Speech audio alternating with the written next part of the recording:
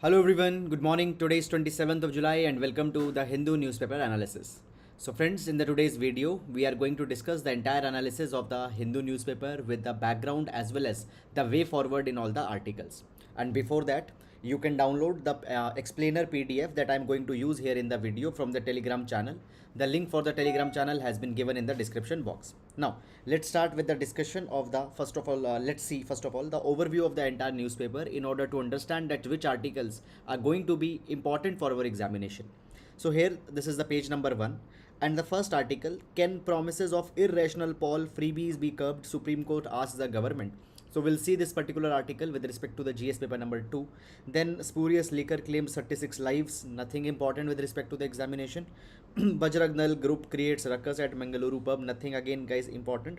Fine. So in this particular direction, much important articles are not there after that on the page number 1. Then moving on in the city section, BJP shirts liquor vents to make money, fine, suspected case of monkeypox, one more case has come, and all these particular things, they are not important for your examination, so you can just skip these particular kind of things. After that, the advertisements etc, nothing again important. Then guys, here, rare flight of Antarctic's light mantled albatross, fine, intrigues researchers. We'll see this particular article with respect to the species into the news. After that, moving on, after that, K-Rail acted in a hasty manner, immigration official prevents a CSI from bishop from leaving. Now the articles are again with respect to UPSC are not important, so you just don't need to see them. Please skip and directly will be reaching to the editorial page. Now on the editorial page, the first article, whose GDP is it anyway? Now this particular article shows that why GDP is not a good indicator or now not a relevant indicator to show the economic well-being of a nation. We'll see this article.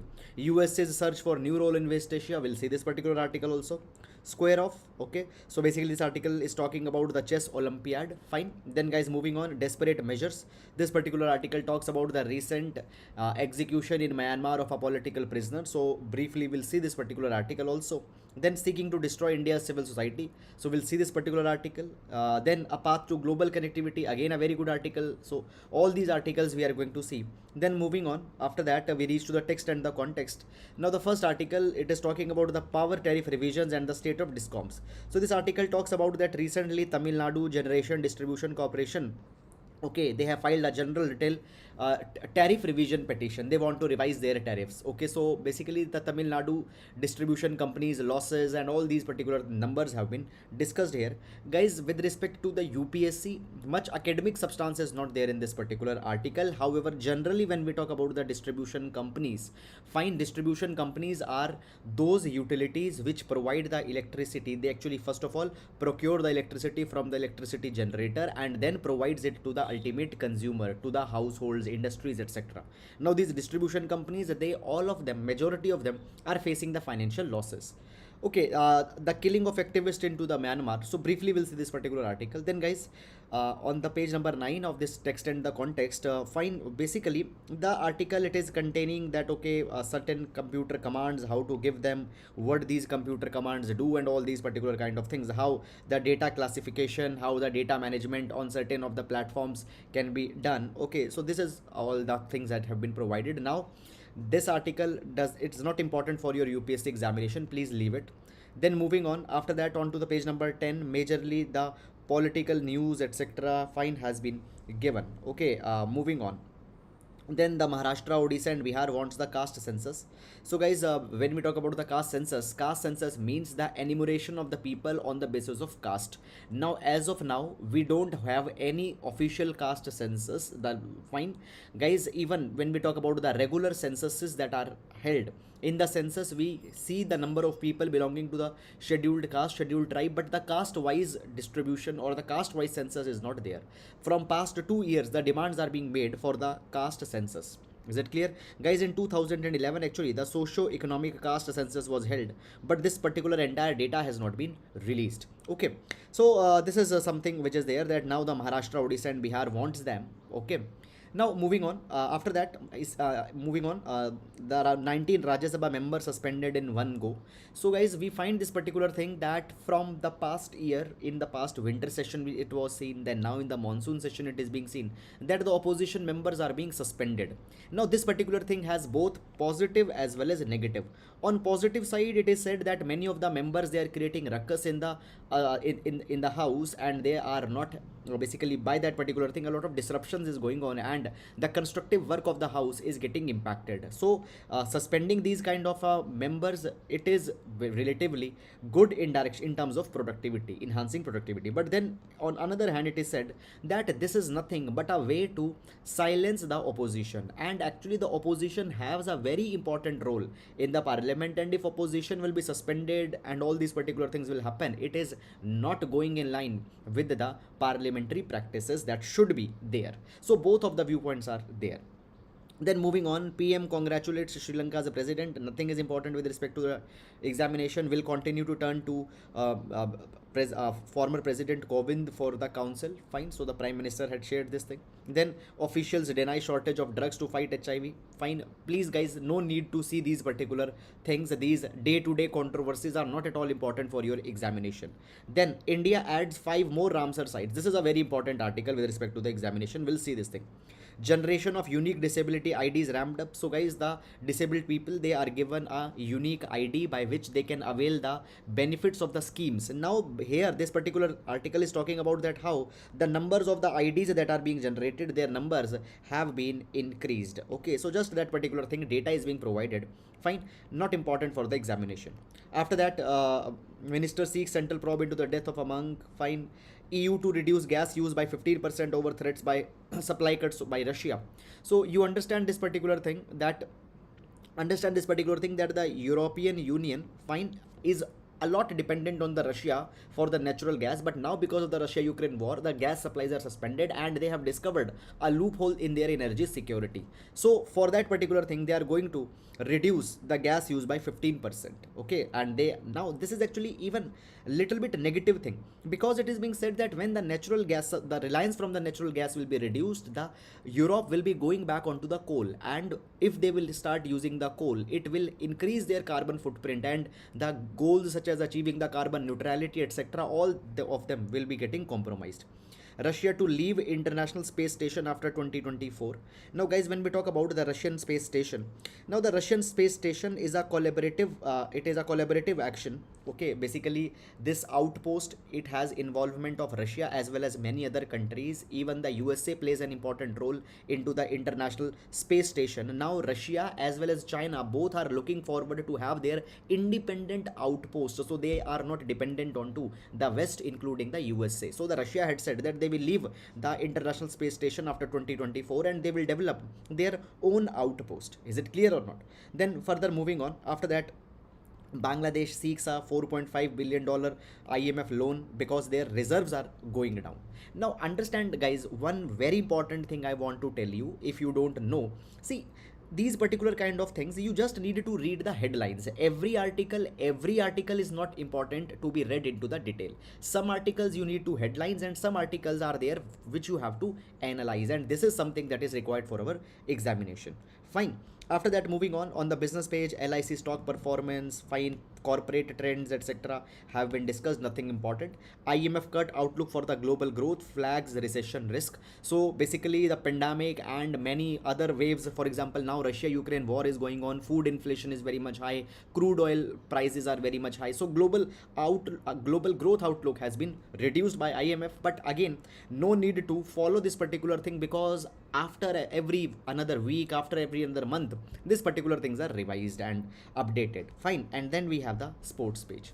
Okay, so that is all guys about the overview of the newspaper, and now let's start the discussion of all the relevant articles one by one in the detail. Okay, now before starting up, in every class we take one GS quotation that could be used in either of your GS papers or in the essay paper. Now today we are going to take the quotation from the Holbrook Jackson.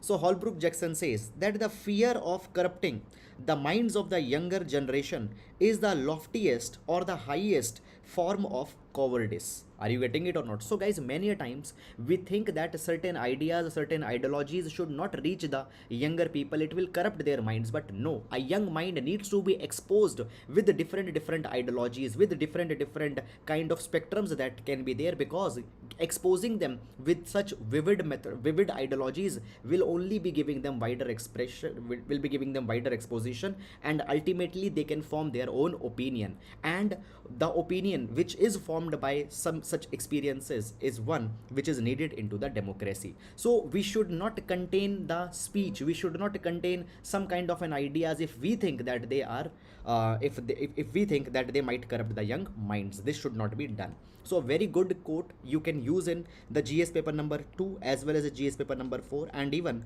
in the essays, the philosophical essays, such quotation can be used. Okay. Sir, I want to know how you gathered information on that news article which has come to news. How do you abstract data of that news? How you understood or abstract the concept of that news? Okay. See, this particular thing comes after a particular, see, if you have given a particular time in reading the newspaper, you can gather such kind of a thing, not a very hard kind of a thing. If you will follow the newspaper for a considerable long period, you will also be gathering this particular art, that how to make interconnections, how to go and analyze these kind of things. Okay. Now, taking up the first article, first of all, let's read the heading. So the article says, can promises of irrational poll freebies be curbed? Supreme Court asks the government. Now guys, first of all, this particular article could be utilized in GS paper number 2, GS paper number 2, electoral reforms, GS paper number 2, electoral reforms. Now understand this particular thing, first of all, that when we talk about the democracy, what is the bedrock of democracy? Free, fair and transparent elections. Free, fair and transparent elections. Basically, in a democracy, the democracy believes in empowering the electors. It believes in empowering the electors. Electors need to they needs to make a rational, logical choice. But sometimes this rational logical choice is impacted, it is impeded, because the political parties, they came out and they give the irrational freebies to the electors, and these irrational freebies are just to show them a dole, to just generate a greed into the electors. Okay, now these freebies are actually having a big problem. How these freebies have a big problem? Understand this particular thing, guys. Number one, when these freebies are given to the electors, many a times it brings a lot of financial burden onto the states. Today when we talk about the state governments, their debt is more than 70 lakh crore rupees. More than 70 lakh crore rupees debt is there onto the state governments. Now obviously onto this particular debt they need to pay interest. This particular debt is to be paid back. So what will happen tomorrow when this particular debt is to be paid back? Obviously the welfare schemes, even the meaningful schemes, will be cut down. The social justice expenditure will be cut down. So today the freebies will create an unsustainable debt which will be paid in the future, and in the future the social justice welfare has to be ignored. Second thing, guys, that is there is that basically when the freebies are being promised, fine, what freebies are? Freebies are just a populistic exercise. Freebies are just the populistic exercise. It is an exercise to attract the large number of people. But guys, obviously many times the government which can attract the people by giving the freebies, it is not the case that they might also be doing the welfare, they might also be bringing the justice to the people. Okay, so the freebies are not therefore good. Thirdly, guys, the freebies are not sustainable in the long term. Fine. Fourthly, when we talk about the freebies, sometimes what happens, the freebies, for example, the farm loan waivers, the farm loan waivers. Now what are the farm loan waivers? Basically before let's say an election are approaching in a state, the government, the contending political parties, they'll say that okay, we are going to waive off your farm loans if we are elected. Now why this particular thing is problematic? Because guys, these kind of promises impact the credit culture, they impact the credit behavior of the farmers. Every year, every time when the election will be approaching, even the farmers who can pay, rich farmers, they will stop paying their installments, farmers expecting that the farm loan waiver will be there. Is it clear or not? So therefore it impacts the banking health. Fine, because the farmers, they don't pay their EMIs to the bank. Moreover guys, the money that is being spent into, for example, the farm loan waivers, the same money could be spent in bringing the structural reforms in the agriculture sector. Better facilities, irrigation facilities, better warehouses, etc. could be developed. So basically the expenditure that are being done into the freebies, the same expenditure could be done in some other productive manner. Now guys, basically what has happened in the Supreme Court, a petition has been filed. In Supreme Court, the petition has been filed that you need to come out with a law, you need to come out with a direction that the political parties should not give the freebies. Now the petition had said that irrational freebies that are being promised, they simply are a type of a bribery. It aims to unduly influence the voters, and they vitiate, or they basically they reduce the spirit of the free elections, the fair elections. So therefore these freebies are to be curbed. Now in this particular direction, the Supreme Court has asked the Election Commission of India, Supreme Court has asked the senior councils that what we can do to reduce these freebies. Okay, now basically there was one more proposal that was being made. Election Commission of India was given a proposal that what you can do. Okay, it was said that the political parties which are promising the freebies, okay, Election Commission of India was given a proposal that the political parties which are giving the freebies, these parties needed to be deregistered. Okay, but the Election Commission of India had said that no, we cannot deregister the political parties because there are certain specific grounds only on which we can deregister the political party. For example, if the registration was availed by the fraud, by the forgery, okay, or basically if the political party is not abiding by the constitution. Okay, so only on these grounds the parties could be deregistered. So just by giving the freebies you cannot deregister, there is no such kind of a provision. Fine. Now guys, in this particular thing there is one more suggestion that has come out. What is the suggestion is that how to control these freebies. The Finance Commission can play an important role here. Now the Finance Commission is constituted after every 5 years under the article number 280, and the Finance Commission advises the grants that are to be given to the state government. So here it has been said that the Finance Commission can provide that before making the allocation to the state, the Finance Commission can put a condition onto the states that you will not promise the freebies, you will not promise the irrational freebies. So on this particular basis, the grants, the money can be allocated to the state government. So this is a good suggestion that could be done. Further guys, here it has been provided by the Election Commission of India that there is some practical problems also in implementing the ban on the freebies. What Election Commission of India is saying, Election Commission says that we cannot ban, suppose let's say a political party got elected, political party came on the power, and after coming in the power, now they have said that okay, we will give the free scooties, we will give you the free TVs, free mixer, juicer, grinders, etc. So the Election Commission said that this is actually an elected government which is giving some kind of a benefit to the people. Here we don't have any power. So Election Commission say that we cannot regulate state policies and decisions taken by the winning party when they have formed the government. Such an act without enabling law provision would be an outreach of our powers. You need to have one law. Without a law, we cannot restrict them. Is it clear or not? Moreover, the Supreme Court has questioned one particular thing, that when we talk about these irrational freebies, okay, it is a serious issue. Why up till now government has not taken any action on this particular thing? Why the government is silent? So this big problem has to be tackled, has to be dealt up till now. Why the government is silent? Now guys, up till now, see, no such conclusion has come out of this particular thing. No directions have been passed, no law has been passed, just a kind of a discussion has been there in the Supreme Court on this matter of freebies. Okay, now you need to understand all these particular dimensions, because let's say if tomorrow a judgment comes, if tomorrow a law comes, all these particular things, that how the freebies are problematic, you should know. Okay, so that is all about this article. Shreya asks, sir, once more can you repeat the meaning of what is a freebie? Freebie is a free entitlement that is being promised to the people. For example, if we'll come to the if we'll win, I will give you free scooty, I will give you a free mobile phone, I will give you, let's say, any particular thing. These are the freebies. Now, moving to the next article, India adds 5 more Ramsar sites. Okay, so guys, this particular article, it is going to be important. Number one for your prelims examination, number for your preliminary test. Secondly, this particular article is also going to be important in GS paper number 3, environment, ecology and conservation. Environment, ecology and conservation. So what has happened? 5 more sites have been added to the list of the Ramsar sites, and guys, now we have in total 54 Ramsar sites in India. Is it clear or not? So you need to know what are these 5 new sites that have been added.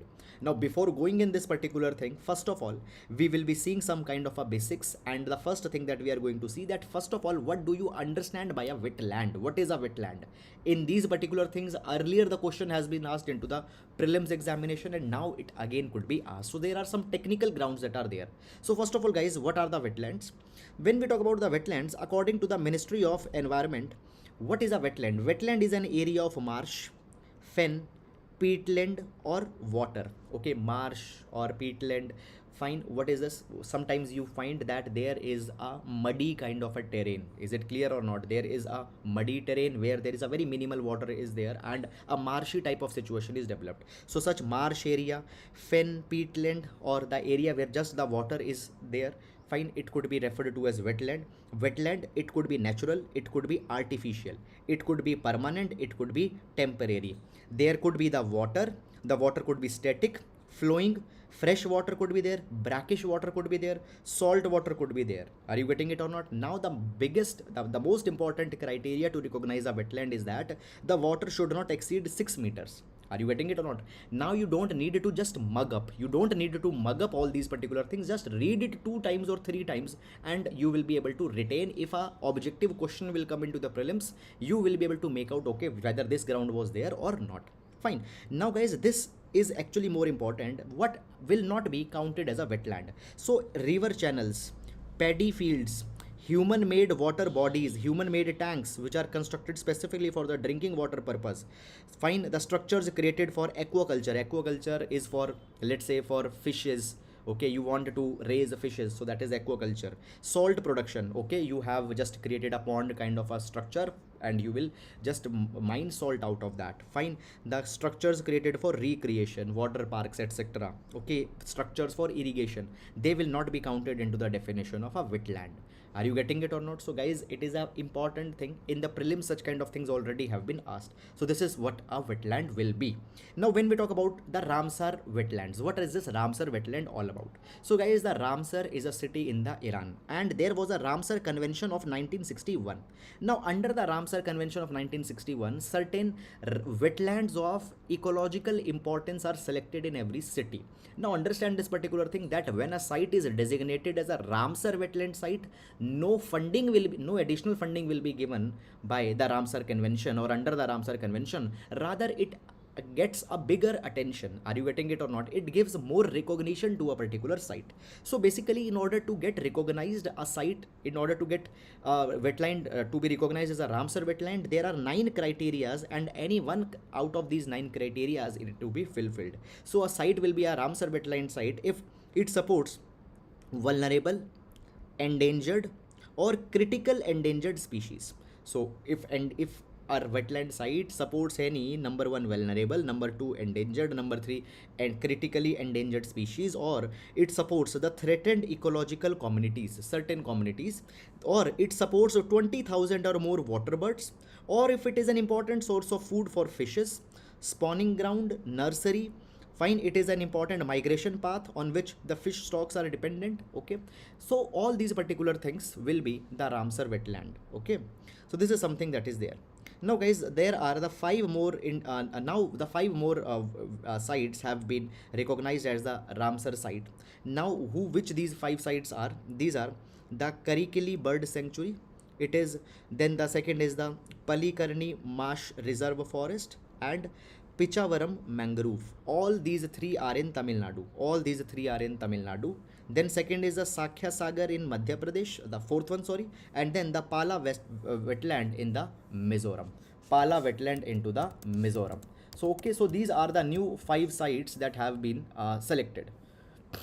Just a minute. Okay, so these are the 5 sites that have been selected, and with this now we got the 54 sites. Okay. Okay guys, just one small correction is there, that actually Ramsar convention was in 1971. Just a small correction, the Ramsar convention is 1961. Actually in the article, it is mentioned 1961. Okay, I'll show you.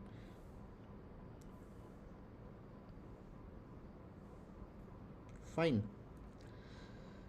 Okay, so actually in the article it was mentioned 1961, but actually it is 1971. So please, we will be correcting this particular thing. Okay, so this is something that is there. Okay, yes, so you can see here that the article mentions it to be 1961, Ramsar Convention of 1961, but it is 1971. I think there is a misprint into the newspaper. Okay, chalo. Now moving on.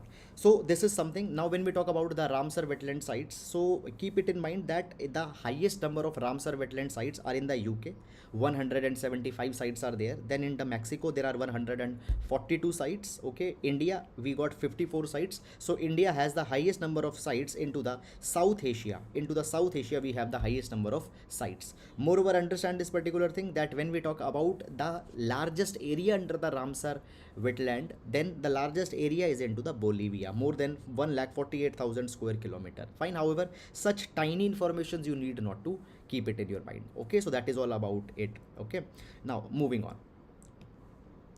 Seeking to destroy India's civil society. Now this particular article we have taken from the editorial section, and this particular thing we are going to use in GS paper number 2, role of civil societies. Role of civil society, GS paper number 2. Now basically this particular article, it is just providing that how government is targeting the civil societies by using certain laws. Okay, now when we talk about, guys, first of all, what is the civil societies? Civil societies are actually created, for example, okay, civil societies, it is a grouping of people, and this grouping of a people is created for a particular cause. For a particular cause, it could be for sensitizing the people on a particular cause. It could be about generating the awareness into the people for a particular issue. The civil society could also make a representation to the government for particular concerns that the people are facing. So the civil societies are the grouping of the people which has been created for a particular cause. Now when we talk about the civil societies represent the people, their concerns. It gives many times the voice to the voiceless people. It also basically tries to influence the government with respect to the what government needs to do. Moreover, guys, when we talk about the civil society is a very broad term. Okay, and many of the other organizations will also come into the civil society. So it is a very broad kind of a term that is there. Now government is using many of the laws in order to target the civil society's functioning. For example, Foreign Contribution Regulation Act, FCRA, is there. Prevention of Money Laundering Act is there. Okay, these particular acts have been used against the civil societies. Now understand this particular thing, that when we talk about the Constitution of India has specifically tried to provide the additional safeguards for the minority people. Okay, in this particular direction, the Constitution has even recognized the rights of the minorities, rights of the people from all faith, to protect their identities, to protect their culture. Okay, but sometimes when the constitutional safeguards are not coming in handy, or the people don't know their constitutional safeguards, there the civil societies organization come in between. They educate the people, they give the direction to the people as how they can safeguard their interest and all these kind of things. So basically the civil societies, they have played an important role in upholding the constitutional ideals as well as in giving the voice to these people.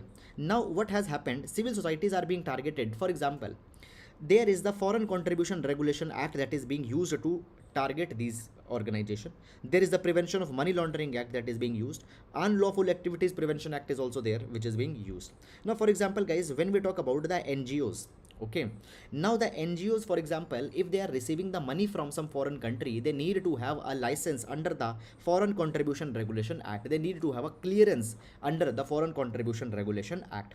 Now guys, when we talk about the FCRA, this particular act got amended in 2010, and after 2010, if an NGO is receiving the money from some foreign country, they have to renew their license after every 5 years, but sometimes their license are not renewed.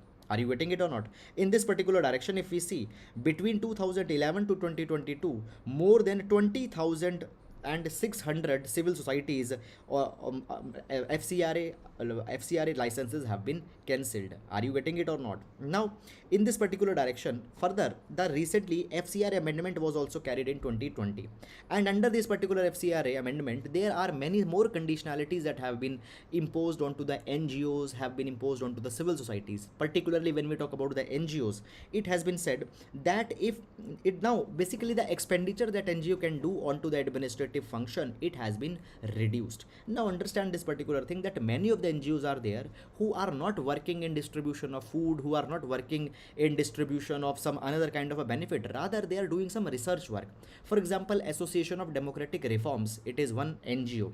Now Association of Democratic Reforms comes out with the data that how many of the legislators they are having the criminal background. Obviously the entire work of this ADR will involve the office work only, it will involve the research work only. Okay, so obviously their majority of expenditure will be administrative type of expenditure only. But with the 2020 amendment had reduced this cap on the expenditure onto the administration. So this particular thing is actually wrong. Further, it has been provided that if an NGO has to receive the funding, it has to open a bank in the State Bank of India Delhi branch, Parliament Street branch. Now this particular thing might impact many of the NGOs which are not located into the Delhi. It will be putting an additional burden on them. Thirdly, it has been provided, guys, that see earlier, as of now also there are the tax-free statuses that are given to certain of the NGOs. If you donate money into these NGOs, the tax-free status you can claim. Okay, now what has happened, the tax-free status that have been given to the NGOs, it will be reviewed after every 5 years. This particular thing has been provided. Now by this particular way, the domestic funding of the NGOs are being reduced. Now recently the Commonwealth Human Rights Initiative, fine, this is a very important NGO, very important role it has played even into the RTI Act. Okay, so its FCRA approval was suspended for some time. So this is as how the government is targeting such kind of NGOs, civil societies. Moreover, the Prevention of Money Laundering Act has been used. Now Prevention of Money Laundering Act, under that enforcement directorate can arrest, can make raids. Are you getting it or not? So therefore it has been said that the political utilization of the enforcement director as well as the PMLA has been done. So the NGOs which are critical to the government, which are talking about that how the government is is sometimes not upholding the interest of the electorates. If such NGOs are talking against the government, they are targeted by using such laws. So this is something that has been provided in this particular article. So I hope you have understood it, and now we'll move to the next article. Whose GDP is it anyway? Now this article will see with respect to the GS paper number 3, criticism of the GDP as a measure of economic activity. GDP as a measure of economic activity, its criticism. Moreover, guys, this particular article also here we can see that India needs more indicators to showcase the economic health. We should not rely only onto the GDP. Now first of all, when we talk about the GDP stands for gross domestic product. GDP, it is the final value of the goods and services that has been produced in a financial year in a country. Now when we talk about the GDP, we see the GDP growth rate, and if the GDP growth rate is positive, we'll say that India or any particular country, it is in good economic health. So in which direction GDP is growing, we see that and we say that the economic well-being is there. Now guys, when we talk about the GDP, it has been said that today GDP might not be representing the economic well-being of a country. Now it has been said that first of all, what is the most important concern of a person? Let's say let's suppose I'm asking from you, what is your most important concern? Your important concern is that how much income actually you are earning. If you are earning much income, you'll say that okay, economy is doing good. Sometimes we don't bother too much about the GDP. Actually we bother about GDP only when increase in GDP is reflected in increase in our income also. So it has been said that the single most important factor that impact people is the type of jobs that they are doing, whether they are doing the high quality jobs or not, whether they are getting good income, whether there is a job security or not. So these are the most important indicators rather than the GDP. Now guys, here there is a very good data that has been given, and the source is the Reserve Bank of India, and this particular data will give you a very good insight. Please focus here. So according to the RBI's data, it is provided that between 1980s okay to 1990s, Okay, fine. So basically, sorry, the data of the RBI provides that India's GDP grew by 14% from the year 1980s. Okay, 14% growth was there through the year 1980s. Okay, till the 1990s, and at that point of a time, it created 28 lakh formal jobs. It created 28 lakh formal jobs. Fine. Then the next decade, that is 1990 to 2000. During this particular time, we find that if the GDP increased by 1%, it created 1 lakh new formal jobs. Okay, so earlier we find 1980 to 1990 14% GDP growth and 28 lakh new formal jobs. It means 1% increase in GDP created 2 lakh jobs. 1990 to 2000 1% increase in GDP, 1 lakh new formal jobs. Okay, the data get that the number got reduced. Then 2000 to 2010 it was provided, and this particular time GDP growth of 1% created just 52,000 jobs. So guys, every year the number of jobs are getting halved.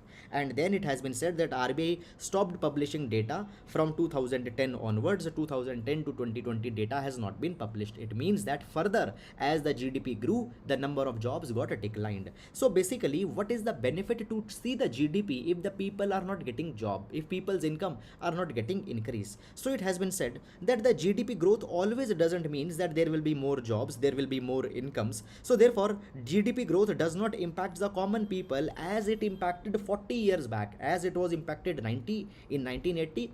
Every 1% increase in GDP created 2 lakh new jobs. So such impact of GDP is not there into the present times. Moreover, guys, the basically the Nobel Prize winner Simon Kuznets, who conceived the idea of GDP, he said that GDP could indicate the economic performance, but he simply said that GDP should not. He never said that the GDP should only be the indicator to track the economic well-being. And apart from GDP, there should be the other indicators also. See the per capita income, see the wealth distribution, see whether the high inequality there is there or not. So only GDP should not be a parameter. It could be one of a parameter. So basically, it has been provided that we need to go beyond the idea of GDP, and the policy makers, politicians, they need to come out with some another indicators. Guys, it has been provided that today we are excessively obsessive about the GDP. Every time policy makers, even the opposition, they are questioning the GDP numbers, and when the government wants to put their economic achievement, they also put the GDP number. So this excessive obsession with the GDP growth policy, this is something dangerous in a democracy. We need to go beyond this particular idea. So guys, a very fresh kind of an idea has been talked here in this particular article. So that is all about it, and now we'll move to the next one. The USA's search for a new role in the West Asia. So this particular article, guys, will see with respect to the GS paper number 2, USA's foreign policy, particularly the policy for the West Asia. Just we need to see the overview of this particular, just actually you don't need to go too much into the deep in such kind of an articles. Why? Because at the end of the day, India's foreign policy is something that is the most important thing for our examination. But anyhow, the USA, China, their foreign concerns also we need to have a fair idea. Now understand this particular thing. By the way, just to give you a kind of a frame of reference, few days back we have taken one more article on this particular same exact theme also. So if you are following regularly, you might be able to revise that also. Now recently we have seen that the Joe Biden, the US president, has made a visit to the West Asia. And as he has made the visit to the West Asia, what has been the assessment of this entire visit? This is being discussed in this article. So article says that as the Joe Biden has visited the West Asia, there are some of the common themes that prevailed, which have happened earlier also when the earlier presidents have visited the West Asia. First of all, the Joe Biden came in order to resolve a dilemma of the USA's into the West Asia. So basically, guys, the USA's West Asia policy, okay, it always faces a very tough choices. That is the Israel-Palestine conflict that is going on. Now, guys, see, USA had been very close to the Israel, and it has endorsed the Israel's concerns, but at the same time the Palestinians, they also say this particular thing, that they are facing the human right violation. They say this particular thing, they are not being given justice, even their interest has been ignored by the USA from the historical times. So how to balance this Israel-Palestine issue? This was something which was the concern, and it is not a new concern. This concern has been there since ages. Moreover, guys, now there was also an attempt as how the USA can reorient its relation with the Iran. Now we see this particular thing that the Iran joint comprehensive plan of action was signed with the Iran by the Barack Obama, by which the Iran, it was imposed onto the Iran that they will not go for uranium enrichment. Right now guys, the USA has a problem with the Iran because USA says that the Iran is going for uranium enrichment, and by that enriched uranium they are going to make a nuclear bomb. So from so many of the years the sanctions are being imposed onto the Iran. In 2015, Barack Obama, the US president, successfully signed a deal with the Iran, that is the joint comprehensive plan of action. P5+1 countries signed this particular deal, but Donald Trump withdrew out of this particular deal. Now again the Iran is to be brought in this particular deal. Fine. Now guys, how that particular thing could be achieved, this is a concern that is there, but nothing has happened actually onto the ground. Okay. Moreover guys, the priority of the Joe Biden was also to reprioritize its relation with the Saudi Arabia. Now understand this particular thing guys, Russia-Ukraine war is going on, and as Russia-Ukraine war is going on, fine, the energy security of the Europe has been threatened. In this particular direction, the Saudi Arabia could be the energy security provider for the Europe. Okay, so it wants to take Saudi Arabia into the confidence. Moreover guys, basically Saudi Arabia at the same time is also a very close ally to the Russia also. Is it clear or not? So how the Saudi Arabia should not go too much near to the Russia, and how Saudi Arabia should help USA as well as Europe's energy security concern, this was also important consideration. After that guys, the US's visit was also to enhance the bilateral cooperation on the 5G technology, fine, air defense, fine, all these particular things. Moreover guys, recently the USA has announced one initiative, that is the Partnership for Global Infrastructure and Investment, PGII. PGII, that is the Partnership for Global Infrastructure and Investment. Under this particular thing, $600 billion will be invested in infrastructure. So to take Saudi Arabia and in confidence for their PGI, it was also a priority for the USA. Moreover, USA also wanted to ensure the predictability of energy supplies for the European Union. Are you getting it or not? Moreover, the energy security from the Saudi Arabia, from the West Asia, for the USA and Europe is a very important priority. This particular thing will also determine whether the Joe Biden will be called as a successful president or not. So there are the midterm elections that are going to be held into the USA, and into the midterm election, the Democrats, fine, they are going to only win if the Joe Biden will deliver something concrete here. Fine. Now Russia has cut oil and gas supplies to the European countries, and therefore their energy security is getting threatened. Now the winters will be approaching, and into the winters, actually for the heating purposes they need the energy. So how that in that particular thing the Saudi Arabia and all such countries can help, this was the important consideration. Moreover guys, recently I2U2 grouping has also been finally their meet has happened. Now what is I2U2? I2U2, it stands for India, Israel, UAE, USA. So this is a grouping of the 4 countries. Okay, it is also referred to as the West Asian Quad.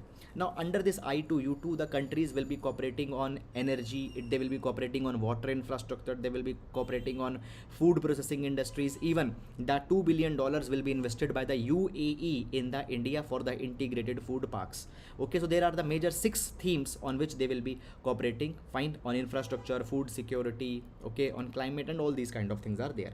So for this particular grouping also, the USA visited this particular region. Now guys, the article provides this particular thing, that the West Asia always has been an important region for USA. Even today the West Asia is an important region for the USA. Okay, so these are all the assessments. Now moving to the next article, a path to global connectivity. Okay, now guys, this particular article we are going to see with respect to the GS paper number 2, steps to increase the digital connectivity, because digital connectivity is very much important for the e-governance. Digital connectivity, it is, just a minute, it is very important for the e-governance. Even in GS paper number 3, application of science and technology, in that particular part also we can see this particular topic. Now guys, before going in this particular article, understand this particular thing, that first of all, When we talk about providing the telecom connectivity to a particular region, there could be the terrestrial mobile networks. There could be the terrestrial mobile networks. Are you getting it or not? And then there could be the satellite. There could be the satellite networks. Fine, just a minute. There could be the terrestrial mobile networks, and then there could be the satellite networks. Now you see this particular thing, that there are the towers that are deployed, and these particular towers, they actually emit the 5G waves, and through these 5G waves, actually what happens, we operate our mobile phone. Now when we talk about providing the new age connectivity to the people, what we are working upon, we are working to install the terrestrial 5G mobile networks. Okay, terrestrial 5G mobile networks, these kind of towers, now they are being rolled out in the India as well as in other world countries. Now it has been said that, see, okay, this is one component in providing the connectivity, but guys, there are also the non-terrestrial networks. What are the non-terrestrial networks?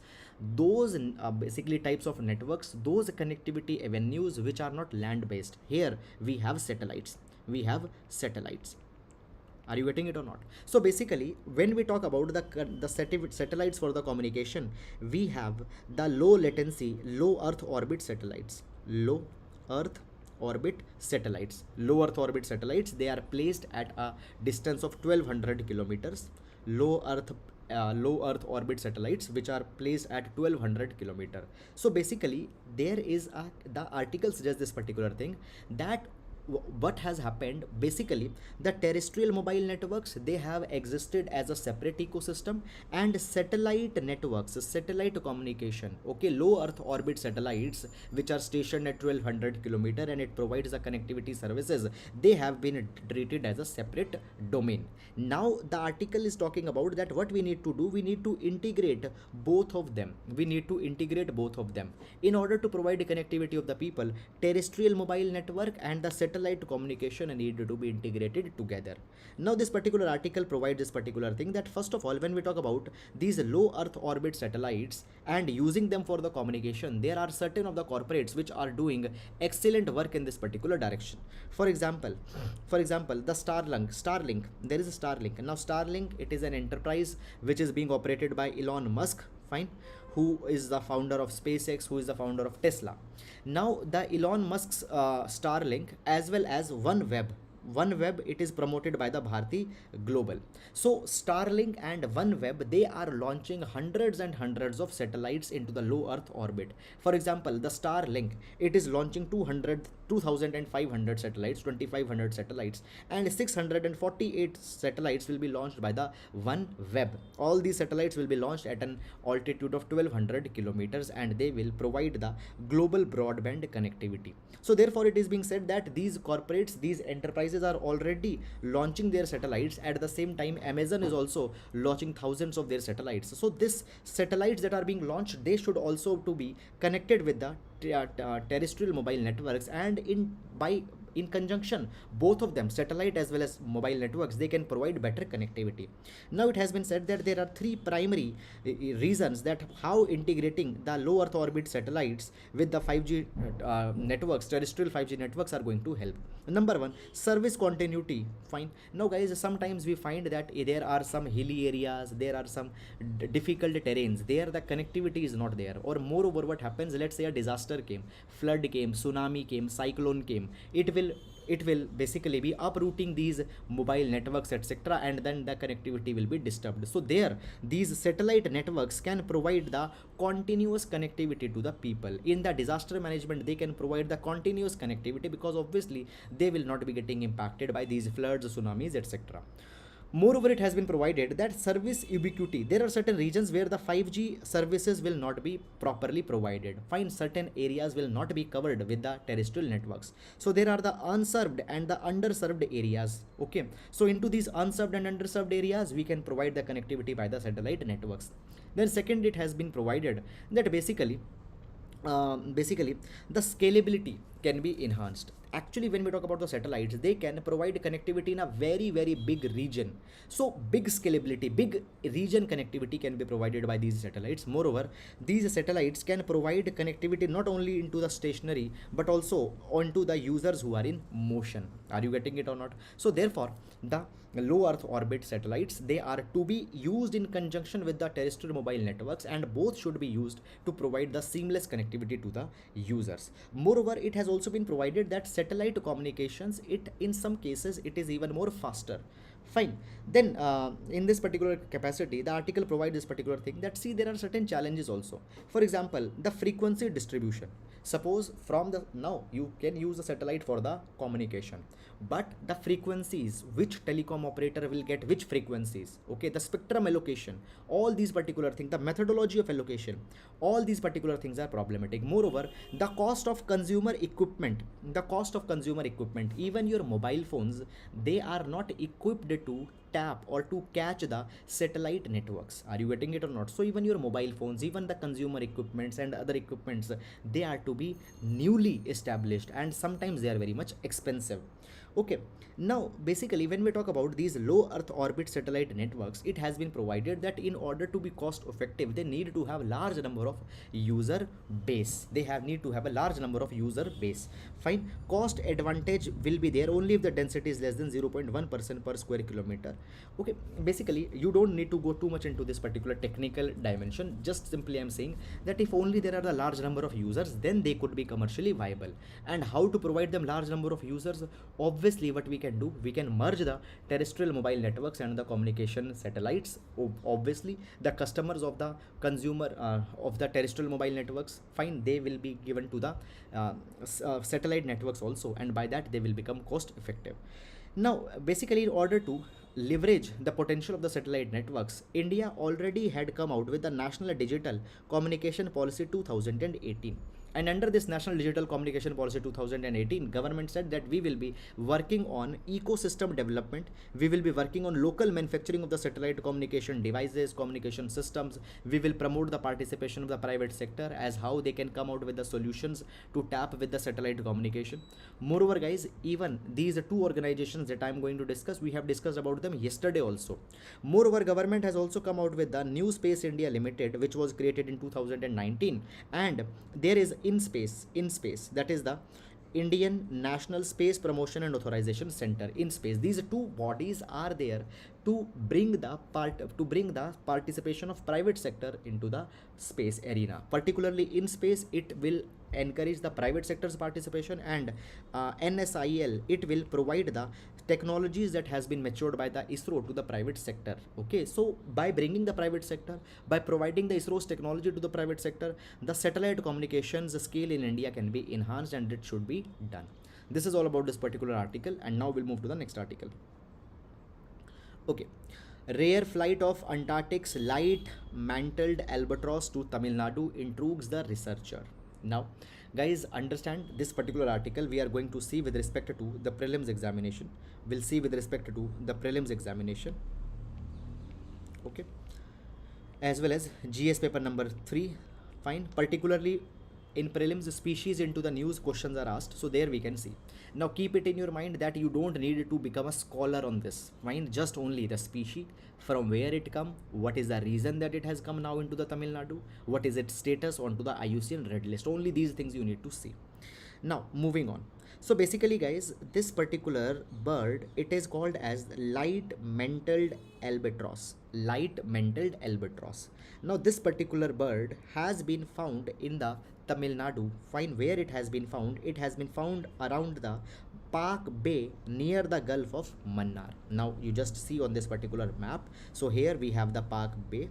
Okay, so here around this particular region, fine, around this particular region into the Park Bay near the Tamil Nadu, fine, this particular bird, that is the light mantled albatross, has been spotted. Fine, you can also call it as a near Rameshwaram coast. So near Rameshwaram coast or into the Park Bay or near the Tamil Nadu, any explanation can be used. Now guys, when we talk about this particular bird's status is near threatened onto the IUCN red list. Near threatened onto the IUCN red list.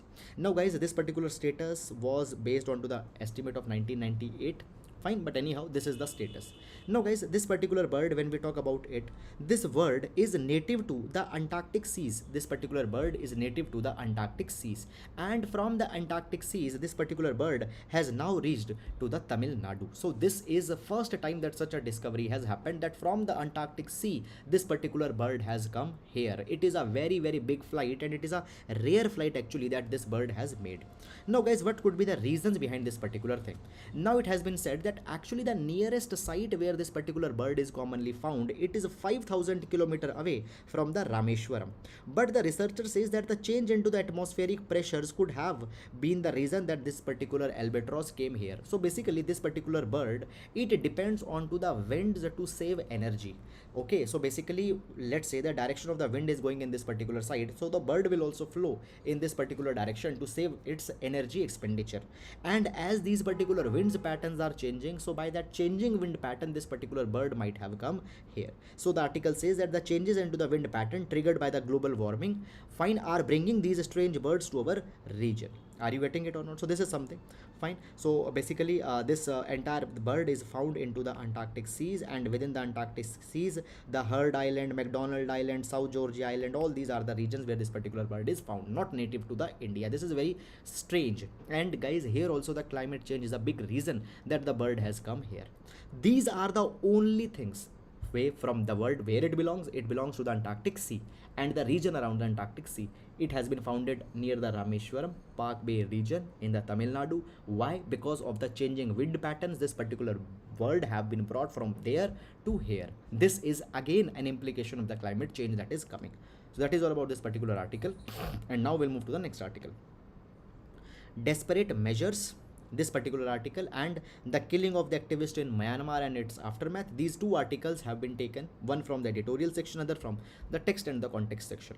And guys, this particular article, just we need to see as a kind of a, for our just a brief understanding, we need to see this particular article.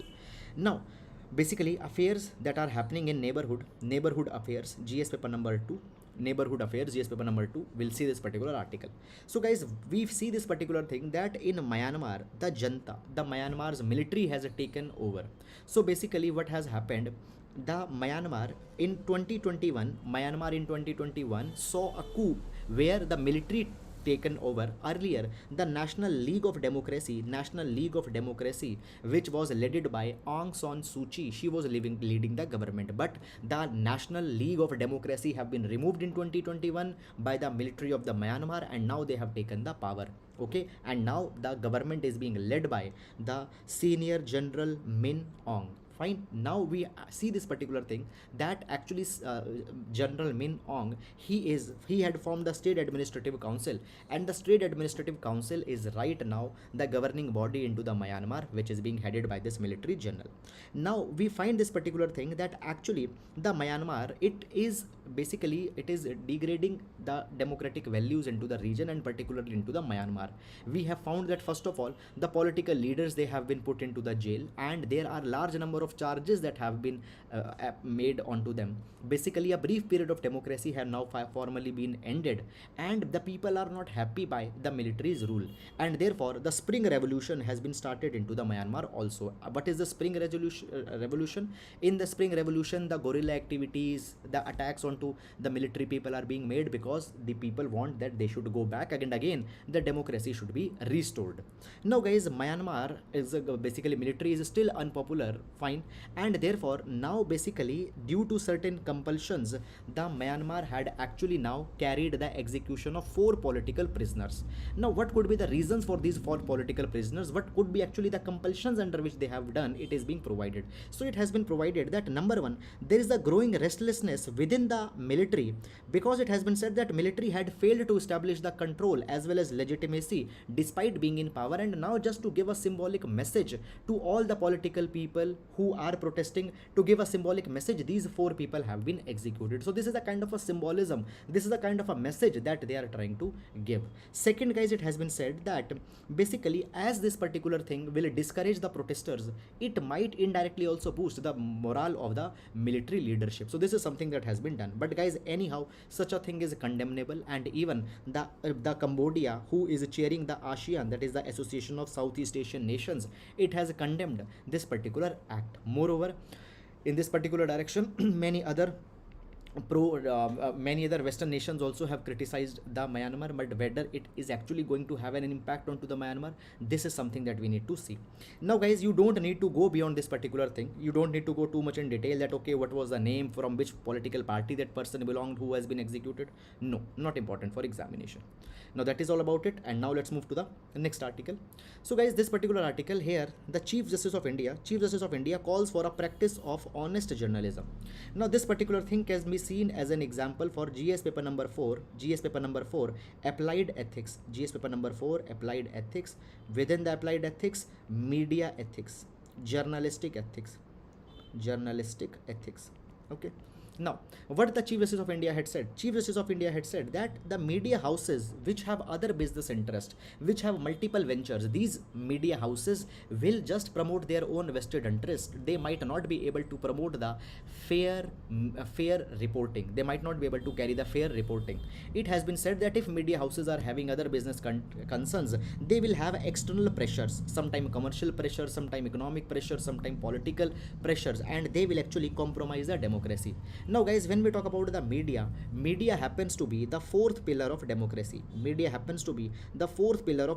Because media provides the information to the people, and this information leads to the empowerment of people, and the empowerment of the people is the most important concern of a democracy. So basically, the media plays a role in empowering democracy, plays a role in empowering the citizen, but that role can only be played if the media is free, if media is fair. But if media houses have the commercial interest, other business ventures, they cannot be free, according to the Chief Justice of India. Chief Justice of India had said this particular thing, that when there are the other business concerns, there are the baggages, and for that particular baggages, the media cannot be fair. It has been provided, fine, by the Chief Justice of India, that you may recall that only media houses without the business baggages were able to fight for democracy during the dark days of emergency. Moreover, therefore, basically, such kind of a restraint needs to be there, such kind of an ethical conduct needs to be there into the media. Moreover, the Chief Justice of India few days back has also provided this thing, that the electronic media, social media, now they are acting as the kangaroo courts. They have become the judge, the jury, the executioner. Such role of the media, such use of the social media should not be there. Moreover, it has also been provided that today the responsibility of the media is to just put forward the facts, okay, just the facts, nothing else. In India, the people are such that whatever will be written, they will feel that it is true. So therefore, the media needs to be very responsible, and only those things, those facts they should write which gives the true picture, nothing beyond that, nothing less than that. So this is all about this particular article, guys. And with this, we come to an end to the today's newspaper analysis. So guys, I hope that you have understood it. And guys, if you are liking the video, please do hit the like button, and please do subscribe to our channel, as well as also please leave your comment. Your comments are very, very important part of this particular initiative. This is actually the most, it is one of the very important thing which keeps us motivated to come out with even more quality content. So guys, now we'll be meeting tomorrow. Till then, take care of yourselves. Thank you so much.